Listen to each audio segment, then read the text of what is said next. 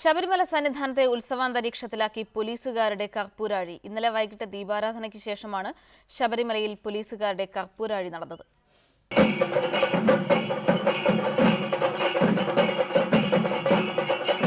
കൊട്ടുമേളവുമായി അരമണിക്കൂറോളം സന്നിധാനത്തെ ആവേശത്തിലാഴ്ത്തിയാണ് സന്നിധാനത്ത് സേവനമനുഷ്ഠിക്കുന്ന പോലീസുകാരുടെ കർപ്പൂരാഴി നടന്നത്.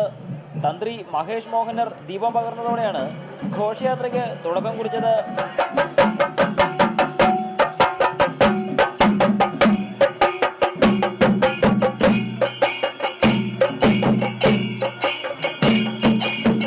ശിവനും പാർവതിയും ഹനുമാനുമെല്ലാം സന്നിധാനത്തേക്ക് എത്തിയപ്പോൾ മല ചവിട്ടിയെത്തിയ ഭക്തർക്കും അത് വ്യത്യസ്തമായ കാഴ്ചയായി. ഇതിനു പുറമെയായിരുന്നു പുലിവാഹന രൂപത്തിലെ അയ്യപ്പനും അമ്പുമ്പിലുവേന്തി അയ്യപ്പനും ഒരുമിച്ചെത്തിയത്. കർപ്പൂരാഴി നിറഞ്ഞ പാത്രവുമായി പോലീസുകാരായിരുന്നു ഘോഷയാത്രയുടെ മുന്നിൽ. തൊട്ടുപുറകെ അമ്പുംകുടവും കരകാട്ടവും എത്തി.